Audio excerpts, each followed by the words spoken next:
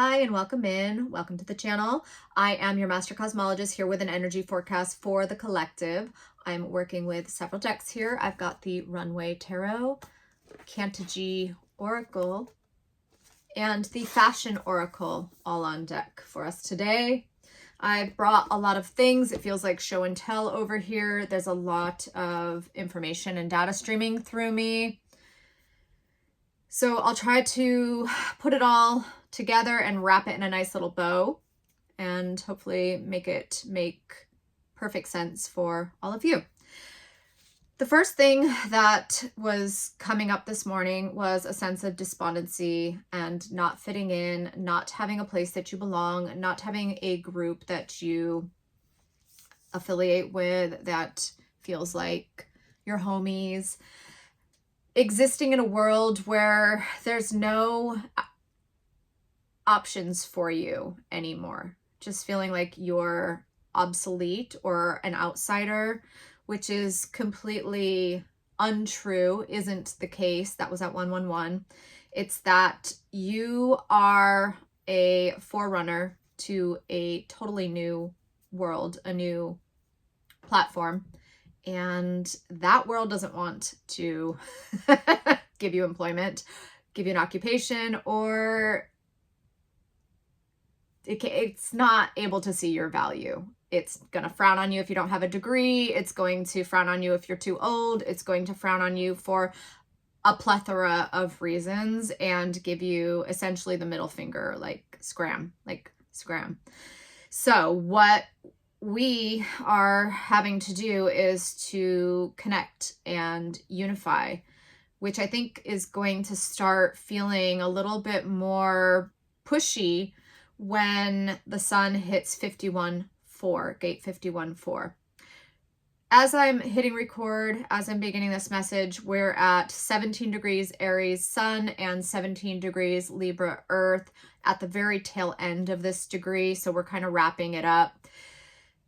This is a blend of Capricorn in there where you're feeling a lot more endurance, more stability, more like a pack animal, able to heft some weight and pull things around, where you may have felt very feeble and defeated and run down and tired.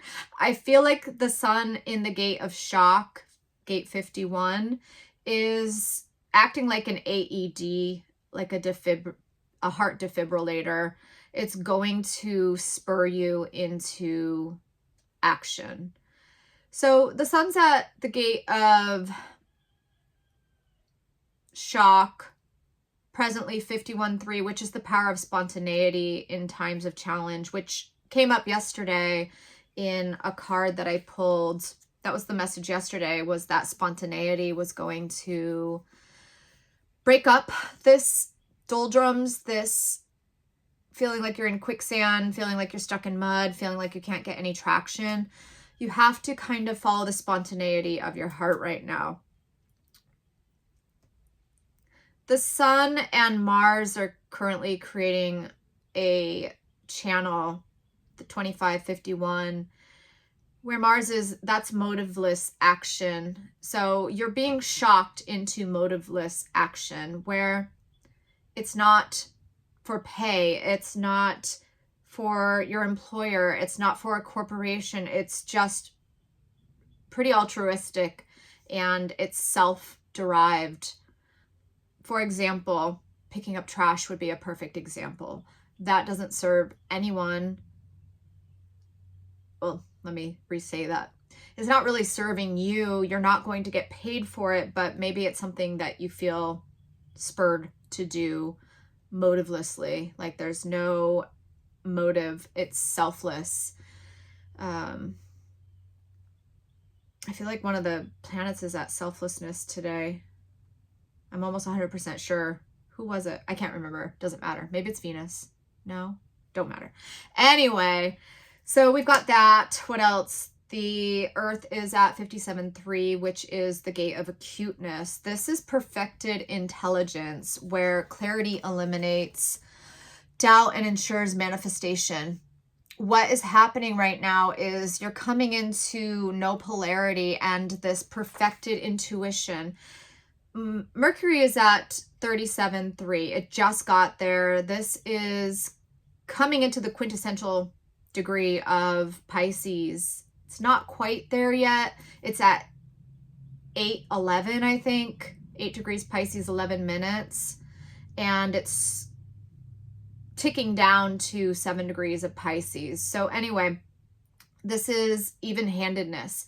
It means that you're working with both hands. It means that you're working with both sides of your brain, both hemispheres. It means that you're working with both sides of you, the good side and the bad side, and they are joining, they're crisscrossing. They're like, we're a team right over the heart. See where the crisscross goes? And you have these tools now, these Piscean tools of working with the dark and the light and being most effective.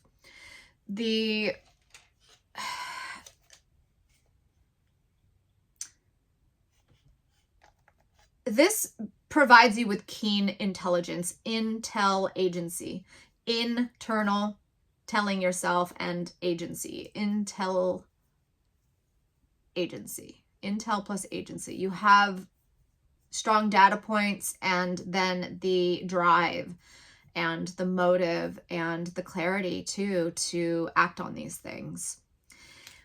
All right, where are we going next for show and tell? I'm going to show you the cards that I pulled for 2025, 2026, and 2027. I pulled these back in 2024 at the very end of the year.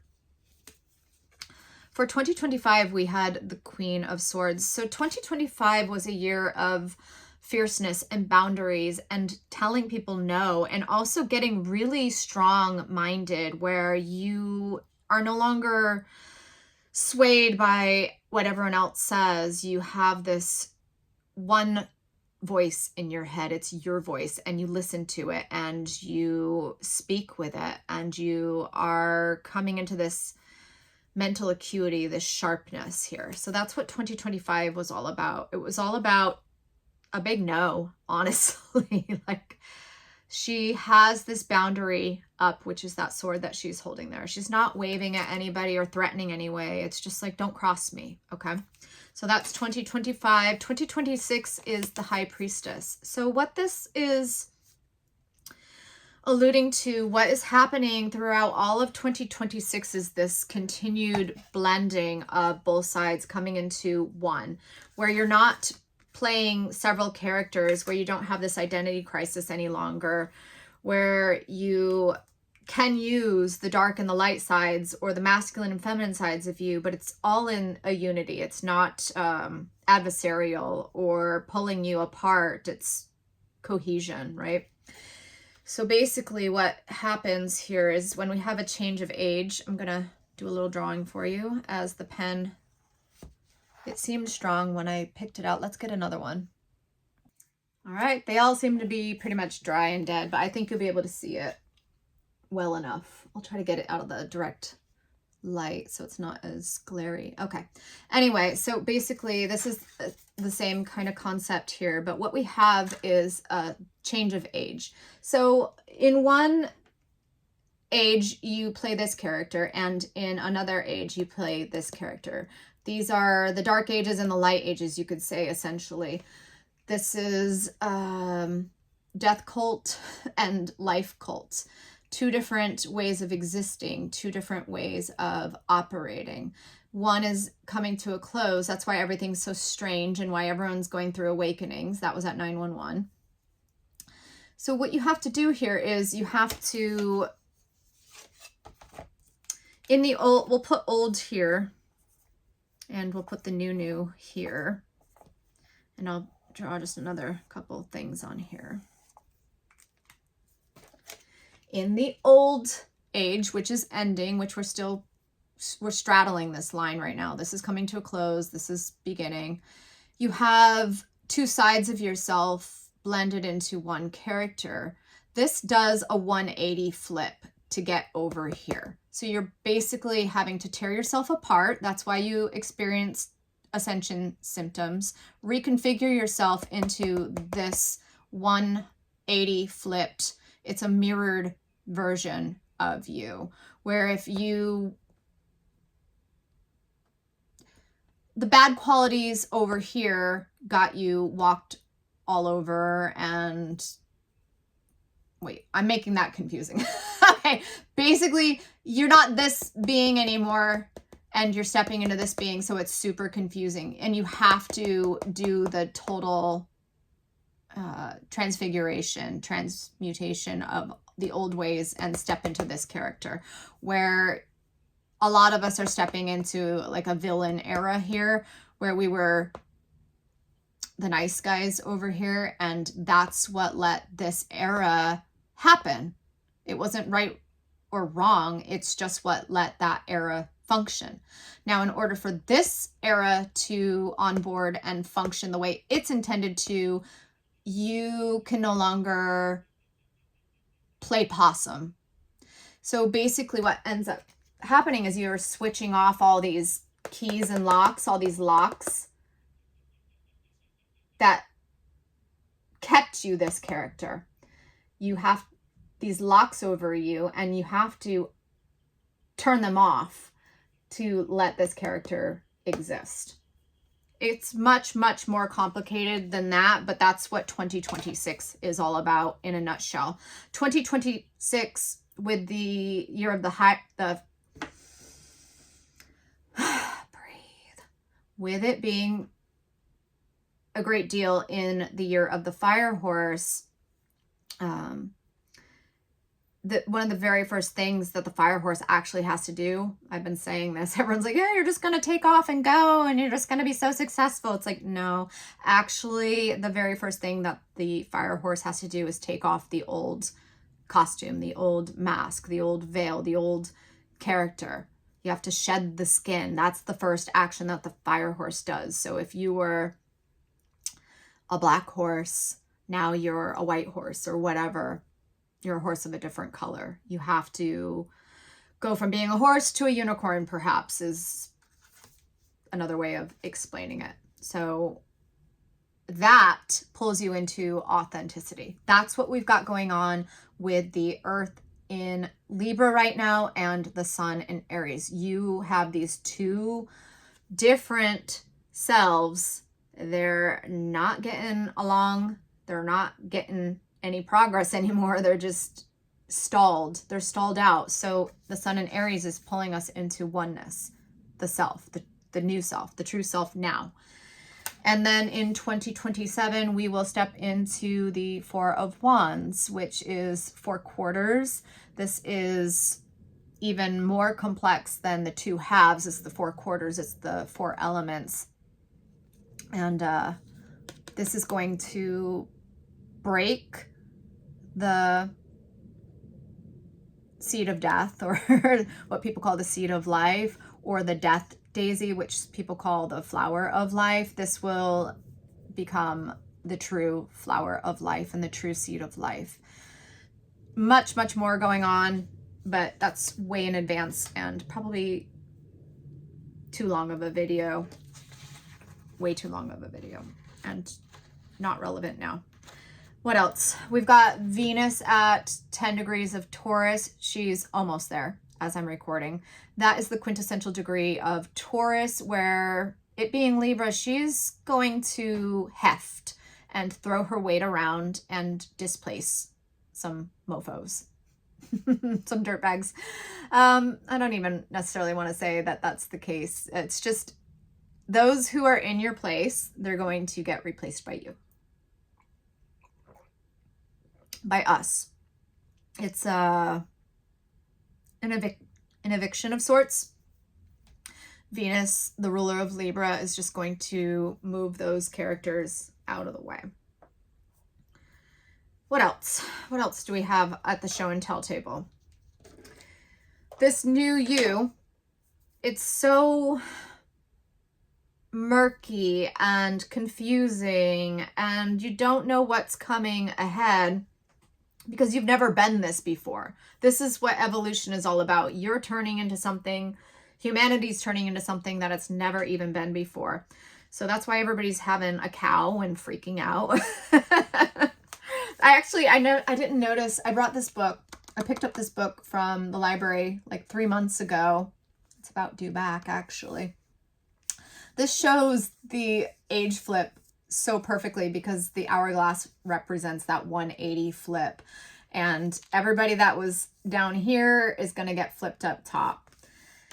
It's just a total rearrangement of who's who, who's where, the order of everything, and the haves become the have-nots, and the have-nots become the haves. Everybody does a total reconfiguration of where they are in the hierarchy and scheme of things. Anyway, I brought this book out actually because there is a picture in here that will illustrate much better than I can articulate with words what is going on. So evolution is always happening. And this book shows a... Why is it so dark? Let's see. It don't matter. But the lighting is awful. Okay, anyway, I'll get it up close. So you got this typical evolution scene here, but what I think is hilarious is it goes from human to something completely brand new. Like, you think, whatever you think you know now, just like throw it out the window, because whatever you're changing into is, you don't even know. You might be like, it's gonna blow your mind. It's gonna blow your own mind. So you have to go into this with self-acceptance, no matter what. Love yourself that much, because everyone's going to be taking off the veil, which is their genetics changing and shifting, and reveal who they really are. And it's going to get a little freaky up in here, and we're going to have a lot of tolerance and acceptance for one another. That also feels like it's getting ahead of the game. Let's pull some cards here and see what wants to come through. I'm going to pull a Cantigee Oracle card first. I want to mess with the lighting, but that's just going to probably end the video and ruin it, so we'll leave it alone. Oh my gosh, that's so funny. This card was on the very bottom of the deck when I set it out. I had a feeling this was the card that wanted to come out, but I like to shuffle. I loves to shuffle. It came out anyway. It's called the Dark Solstice Sun, and when I saw it, gosh, the lighting's odd. I heard Black Hole Sun. Black hole sun, won't you come and wash away the rain? So this black hole sun is the moon. I'm hearing it's the moon in Sagittarius presently. It's getting close to the galactic center, and that's going to be like a toilet bowl. It's like putting some things in there forever. Probably the concept of being human, if you're watching this video, okay? Or the ways that you presently are behaving and existing. This is where we step into a level of intuition and animal nature that we've probably never felt tapped into, or that we had the permission to be before. Where if you don't listen to it, you're going to get really severe clapback, and it's going to get really difficult for you. So the discomfort of being who you feel and its operatives, it's going to be very uncomfortable. But it's going to be less uncomfortable than holding the facade together, than keeping up the veil, than wearing the old skin. It's like you just have to be willing to say, here I am. I've been channeling The Greatest Showman for days. Been hearing the songs from that movie and seeing scenes from it. This Is Me. The song This Is Me is especially prevalent today if you feel like throwing some music on today, throw that soundtrack on. It'll probably illuminate some things for you. Let's see. What else was coming up with that? The Greatest Showman. I don't know. The whole thing is about circus freaks and they band together, and that was at 2020. It's like, ta-da, here we are. This is us. This is us. I did the funniest video for Pisces for April. You might want to go back and just glance it over.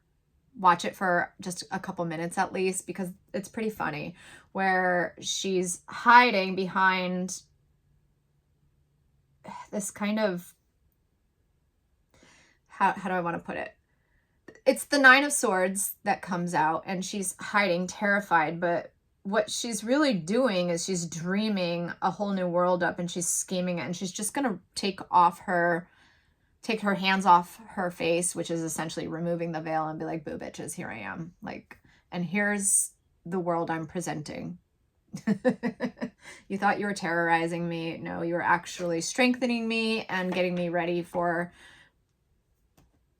becoming the person, well, should we say person, the being that you truly are. I'm gonna get some Runway Tarot cards. We've got the King of Swords, the Tower, and the Sun. Wow. The King of Swords in this deck is interesting because it's a cross-dressing where we're just, I'm sorry, the lighting is the worst it's ever been in here, and it's driving me crazy. Oh well. Oh well. It's going to be yellow. Why is it yellow? It's yellow. Maybe this is just like scene change, where on a movie where it gets all hazy and it bleeds out and another scene shows up. Like, maybe that's what's going on in the background today, and I'm getting a visual aid on it. Anyway, this has a cross-dresser King of Swords here, where you've pulled together your masculine and feminine, and you are wielding it powerfully, educated.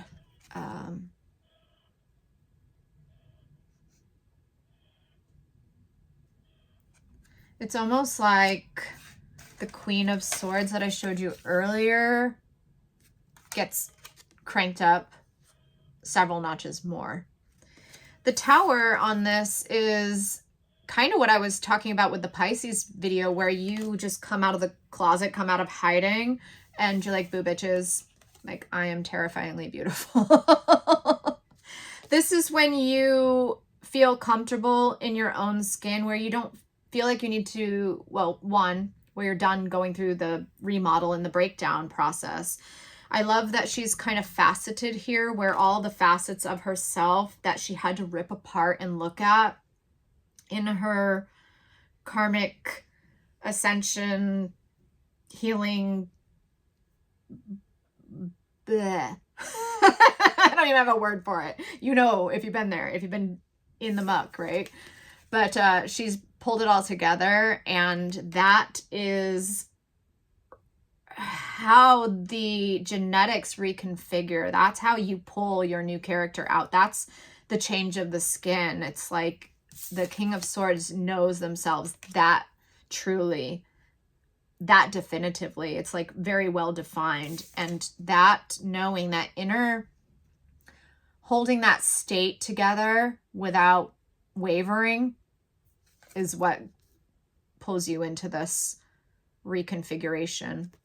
Totally remodeled, and then there you are. There you are in all your glory. Like, ta-da. It just keeps coming through like ta-da. The word ta-da. Like, ta-da. This is the product. This is the result. This is probably when we get to the sun in Aries. I'm sorry, the sun in Libra. So we're kind of going through this all the way up until sun in Libra. And there's the big, huge ta-da. What more?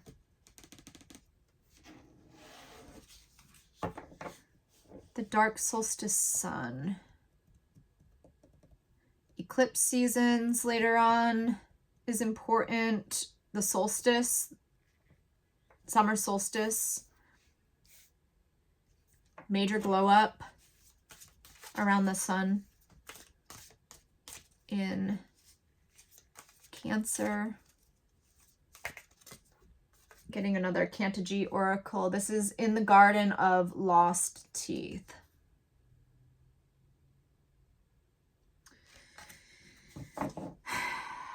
Trees with teeth. How cute. Okay.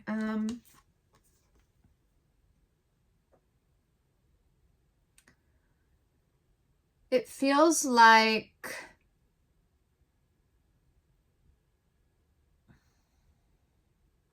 communication with nature, where so many of the changes that people are going through, what their true nature is, who they really are, whatever that little alien creature. There's going to be fairies, there's going to be elves, there's going to be whatever comes up on the scene. I'm not even going to speculate because it's going to be something completely brand new. And but anyway, whatever it is, whoever you become, so many of us have a job with communing with nature and reconfiguring the garden, bringing us all home. And the more we talk about that, the stronger the coherence of the new bodice, the matrix that holds up this new reality.